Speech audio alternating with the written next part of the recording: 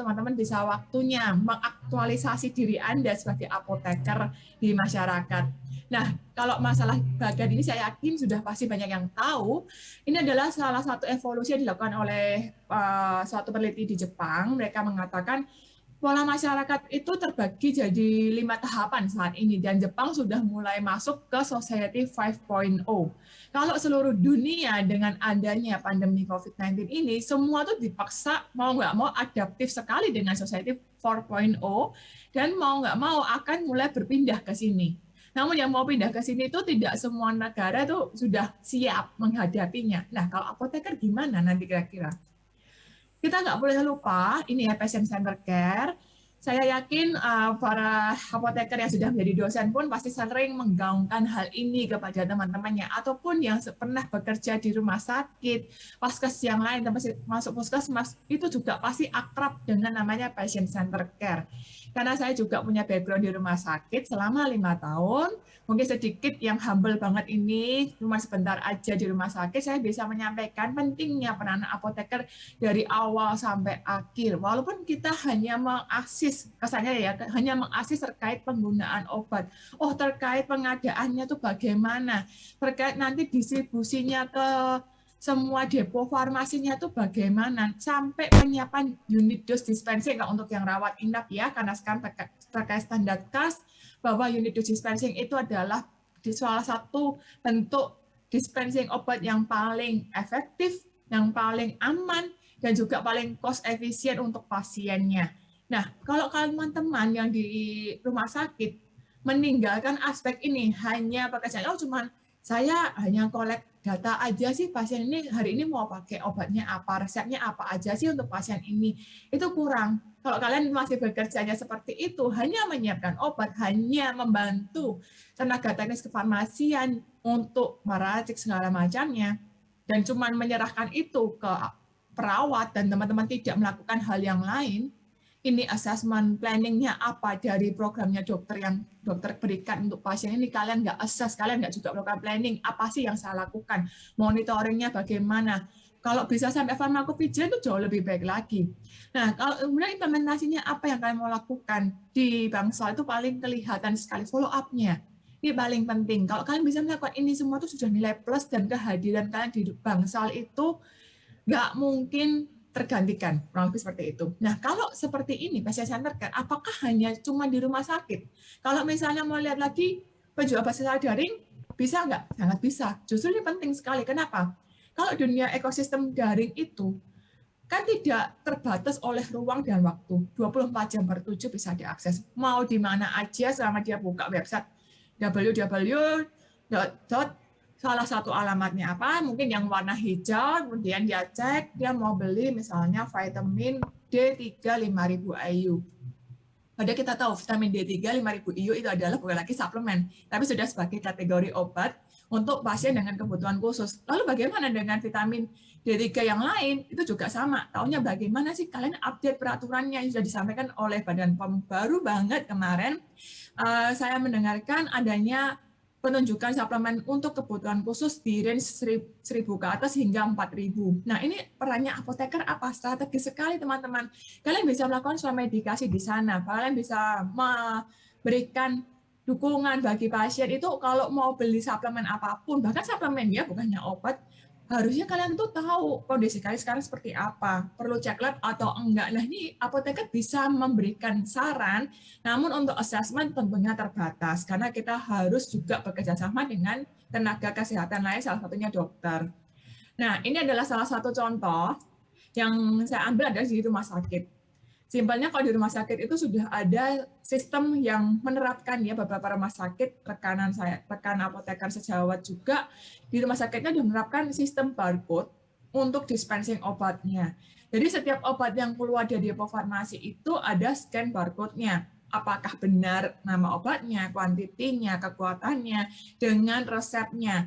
Lalu juga ada asesmen nanti waktu mau diserahkan ke pasien. Benar nggak ini pasiennya itu namanya Bapak A atau Ibu A, dia usianya sekian, BPJP-nya siapa. Kemudian ada juga penyocokan, oh profil obatnya jam sekian baru minum, itu juga ada bisa diterapkan di sistem barcode ini. Nah, kalau untuk barcode yang ada di kita mau tanya, yang di secara daring itu penerapannya bagaimana? Kan nggak mungkin kita mau scan barcode saat ini. Saat ini memang belum saya lihat, tapi kalau di kemasan suplemen maupun obat yang baru, kok teman-teman cek, itu sudah mulai ada barcode-nya masing-masing.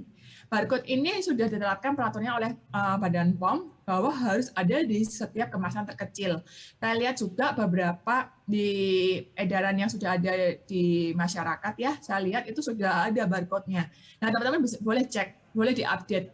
Itu kedepannya akan menjadi suatu data yang besar untuk masyarakat di Indonesia. Salah satu jaminan produknya itu asli, produknya itu aman, karena dari barcode itu akan bisa terlihat rantai distribusinya seperti apa. Kalau mungkin saya ada yang kurang, nanti bisa tolong dibantu koreksi ya dari Bapak Ibu Badan POM, karena saya menangkapnya seperti itu. Jadi ada perbaikan sistem yang dibuat oleh pemerintah Indonesia sendiri supaya apa sih masyarakat itu terjamin keamanannya, terjamin kalau dia beli keluar uang, oh iya benar ini obatnya asli. Di sini peranan apoteker penting. Kalau kalian nanti sudah melihat perjalanan ini semakin mudah terimplementasi sampai ke lapisan masyarakat, teman-teman juga harus tahu, jangan sampai nanti ada waktu kalian jaga praktek, ada pasien tanya, oh ya Kak, tanya dong, ini kenapa ya kok ada barcode, ini apakah nanti saya dapat undian berhadiah? Nah itu kan nggak mungkin banget teman-teman, oh ya ada undian berhadiahnya, padahal bukan tujuannya seperti itu. Jadi harus update sekali terkait perkembangan terkini ya. Nah kalau e-farmasi. E-farmasi sudah lama banget digaungkan ya dari Kemkes juga, di mana simpelnya e-farmasi ini mengatur pelayanan farmasi itu secara elektronik. Tapi apakah terbatas hanya dispensing resep, dari resep, dispensing obat, kemudian kita kirim. Untuk saat ini ranahnya kurang lebih paling simpelnya seperti itu. Tapi kalau kalian melihat lebih lanjut, adanya pembinaan pengawasan di sini tuh bisa dari regulatori yang melakukan pembinaan dan pengawasan kalau ada sistem di dalamnya yang kurang pas. Karena untuk dunia e-commerce, kemudian dunia PSEF itu kurang lebih ya, kita bisa bilang masyarakat bisa langsung beli ke sistem elektronik, entah dia di e-commerce pun, dia bisa dapat obatnya. Informasi obatnya di mana? Terbatas di dalam deskripsi produk. Lalu kalau yang benar-benar menerapkan sesuai standar yang tadi disampaikan, ada license kalau ini dia memang partner resmi dari salah satu PSEF, itu pasti akan ada apoteker yang ngecek, apoteker yang screening, oh pasiennya mau beli obat merah, golongan obat merah ini untuk apa? Pasti harus diminta resepnya. Kalau tanpa resep, tentunya akan di cancel atau dibatalkan transaksinya oleh pemilik apotek yang ada di PSEF tersebut. Lalu kalau pembinaan pengawasan ini, kalau kita mau lihat sebagai apoteker muda, apakah pekerjaannya hanya terbatas di fasilitas kesehatan? Tentunya tidak. Kalian bisa juga bekerja di tempat instansi pemerintahan yang melakukan kewenangan ini. Jadi kalian juga satu rantai yang kita saling bekerja sama, hand in hand, baik teman-teman yang di industri sampai yang ada di pemerintahan, itu pun pasti saling timbal balik hubungannya supaya apa? Setiap obat yang keluar, setiap obat yang dibeli masyarakat itu terjamin dan tepat penggunaannya. Tujuannya hanya itu simpelnya ya teman-teman. Jadi penting sekali kalau teman sebagai apoteker masih muda, masih semangat belajar, walaupun yang sudah generasi lebih senior aja semangat belajar, masa kita anak muda nggak semangat belajar ya kan.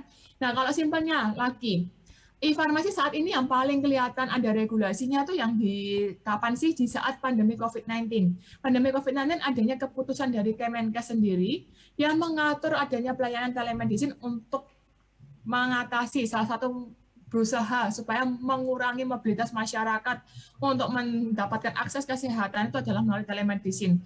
Kalau teman-teman cek lagi dalam peraturan ini, itu juga mengatur nih layanan telefarmasi. Kurang lebih ini masih kelihatannya sederhana, tapi di sini teman-teman bisa lihat, oh ini ya kalau misalnya nanti peraturan telemedicine yang sedang dalam proses ini diterapkan adanya Permenkes kah atau undang-undang yang lain oleh teman-teman sejawat tenaga kesehatan lain dengan pemangku regulator, farmasinya nggak mungkin ketinggalan. Karena telemedicine setiap dokter memberikan resep, oh ada konsultasi dari pasien, pasti resep ini perlu diproses oleh apoteker.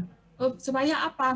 Jadi muncullah obat yang dikirim. Obat yang dikirim apakah sekedar mengirim obat seperti kita menerima parcel? Tentunya tidak. Pasti adanya screening yang wajib dilakukan oleh apoteker. Pelayanan resepnya bagaimana screeningnya? Oh ya, sesuai dengan standar yang berlaku. Kalian harus cek kajian administratifnya, kajian farmaseutisnya, kajian klinisnya, itu sesuai atau enggak. Itu tetap berlaku dalam pelayanan resep elektronik. Jangan sampai karena ini pelayanan resep elektronik, oh ya udah saya cuma lihat kayak orderan obat biasa yang disamakan dengan orderan makanan yang kita tahu di salah satu aplikasi kita beli makan cocok sudah kita kirim tanpa kita kaji lebih lanjut. Kalau perlu enggak komunikasi dengan dokter perlu resep? Perlu sekali. Ini kajian yang tidak boleh teman-teman tinggalkan kalau melihat ada yang saya sukar memahami ini kenapa kok dokternya pakai dosis yang tidak lazim. Seperti itu, teman-teman harus tanyakan ke dokternya apa pertimbangan dari dokter. Kemudian kalau misalnya ada yang alat kesehatan skala yang lainnya juga diperlukan, teman-teman juga bisa menyiapkannya. Tentunya harus cek dengan screening tadi. Selain itu diatur apalagi terkait pengantaran. Tadi sudah saya jelaskan juga dengan Ibu Apoteker Maya. Pengantaran itu boleh pakai pihak ketiga dengan ketentuan yang sudah diatur ya. Dengan adanya perjanjian dan segala macamnya sesuai standar dan adanya training dari pihak pemilik fasilitas kesehatan atau pemilik sarana farmasi supaya apa pengantaran obat ini nggak boleh sampai sembarangan diperlakukan sama seperti pengantaran makanan beku aja dijaga sedemikian ya masa obat mau sembarangan ya kan. Nah, aspek-aspek pengantaran nggak boleh sampai kita lupakan kode etik. Kerahasiaan pasiennya sangat penting kita harus jaga, ya kan? Selain dari keamanannya, kemudian wadah kemasannya tuh seperti apa juga diatur di sini. Ini kurang lebih yang sangat sederhana sekali, standar aspek yang minimal sekali teman-teman harus bisa terapkan, teman-teman harus bisa menjamin hal ini. Ini pernah siapa apoteker? Siapa sih yang tahu terkait hal-hal berbau obat-obatan kalau bukan apoteker? Jangan sampai profesi ini diambil oleh orang lain. Aspek ini banyak sekali loh pemain-pemain yang bukan tenaga kesehatan, khususnya bukan apoteker, mereka itu menjadi ahli dalam hal ini. Nah, sebagai teman-teman apoteker, kalian mau tetap diam saja, tidak menunjukkan jati diri kalian bahwa ini saya lebih kompeten, saya lebih tahu, saya bisa memberikan solusi yang terbaik, atau kalian masih ya udah terserah mereka aja, saya yang penting saya datang kerja, pulang saya dapat income. Pertanyaannya ke teman-teman sendiri. Kalau dari saya kesimpulan cuma 3 yang paling sederhana, penjualan obat secara daring tidak mungkin bisa kita hentikan lagi. Tapi yang bisa kita lakukan apa? Kita tahu sebagai apoteker, pemilik sarana yang melakukan secara daring itu tahu regulasinya. Kita mengingatkan nih kalau misalnya kita bukan PSA-nya, oh ya yang kategori ini nggak bisa ya dijual secara daring. Itu peranannya Anda. Karena menyampaikan bahwa jualan obat di sarana kefarmasian bukan seperti jualan makanan atau jualan pakaian ataupun jualan barang-barang komoditas lain. Tapi ini ada aspek legalitas, aspek keamanan yang perlu teman-teman jaga di situ. Lalu kemudian kalau kalian bingung nih aktualisasi diri kalian dalam pengetahuan teknologi, saya yakin teknologi ke depannya akan semakin berkembang. Setelah kita tahu juga IMR pun juga sedang disiapkan peraturannya. Targetnya seperti apa ke depannya, bahwa rekam medis itu akan menjadi satu sistem yang bisa terintegrasi di seluruh Indonesia. Ya, baik mau dari rumah sakit manapun, dari vaskes manapun, itu bisa terintegrasi. Bahkan pembelian obat di apotek pun juga bisa masuk ke cloud-nya IMR. Itu proyeknya masih kapan? Masih cukup panjang. Targetnya tahun 2024 selesai terimplementasi. Yang difasilitasi oleh salah satunya penggeraknya adalah DTO.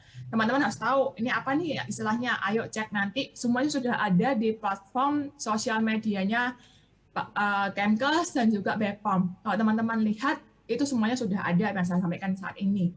Dan yang terakhir seperti yang disampaikan, terlibat aktiflah dalam organisasi apoteker maupun masyarakat setempat. Kalau kamu aktifnya cuma di organisasi apoteker tapi masyarakatnya Anda tinggalkan, bagaimana peranan Anda ini bisa dikenal masyarakat gitu loh. Jadi Anda sibuk-sibuk sendiri, tapi tidak bisa memberikan dampak yang baik bagi masyarakat. Simpel banget kok, mau memberikan dampak yang baik ke masyarakat, bisa juga melalui platform sosial media teman-teman. Misalnya kalian menyampaikan saya apoteker, saya ini juga bisa loh memberikan informasi obat, mau secara gratis atau maupun Anda dengan syarat dia harus beli obat ke sarana farmasi saya, silahkan untuk yang memiliki sarana farmasi. Kalau dari teman-teman yang lain, kalian juga bisa lihat ada banyak beberapa teman-teman apoteker itu menjadi edukator di TikTok. Saya lihat ada banyak sekali yang mulai dari kenapa sih kalau beli obat racikan itu resepnya kayaknya kok lama banget ya.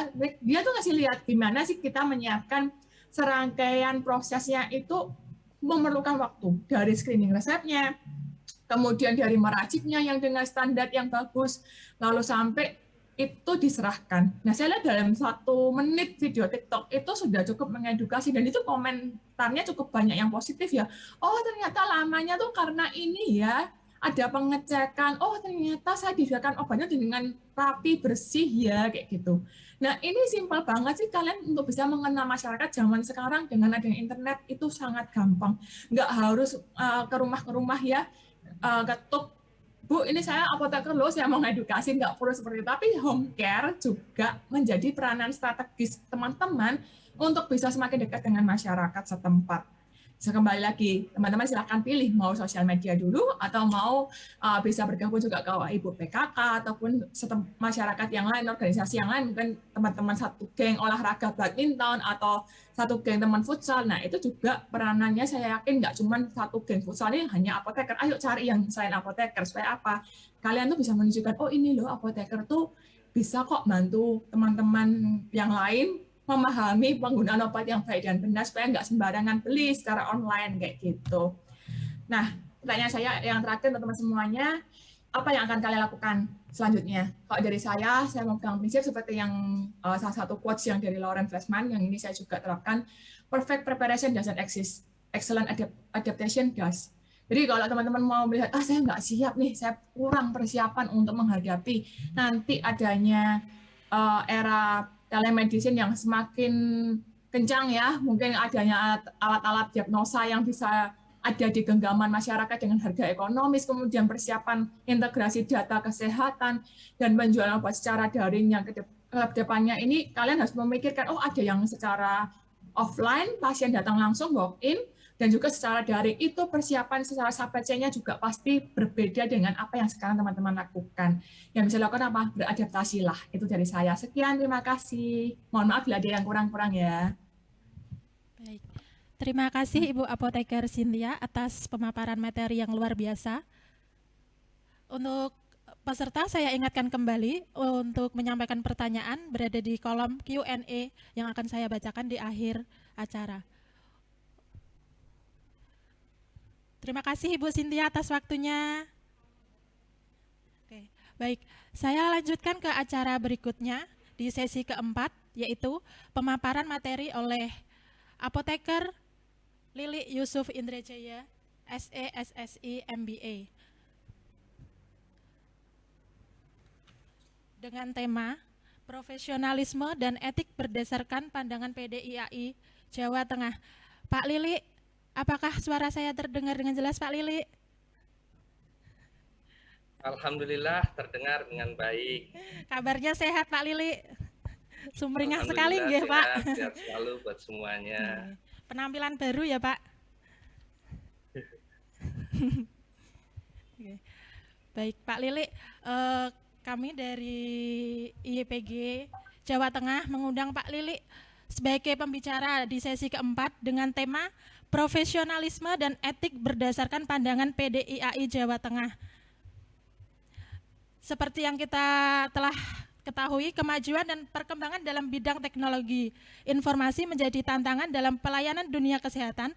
Tantangan yang akan dihadapi di era revolusi industri 4.0 memerlukan persiapan pribadi dan profesionalitas para apoteker. Untuk meningkatkan profesionalitas apoteker, kami mengundang Bapak Apoteker Lili Yusuf untuk memberikan wejangan, memberikan masukan, memberikan push lagi ke kita untuk meningkatkan profesionalitas dan etik kita. Pak Lili, waktu yang kami berikan 30 menit. Nggih, Pak, waktu dan tempat saya persilahkan. Baik, Terima kasih. Bismillahirrahmanirrahim. Assalamualaikum warahmatullahi wabarakatuh. Salam sehat buat semuanya. Ini ada para narasumber-narasumber yang luar biasa, di mana kita jadi ikut bersemangat karena para narasumbernya sangat bersemangat. Dari senior kita ada Ibu Maya dan juga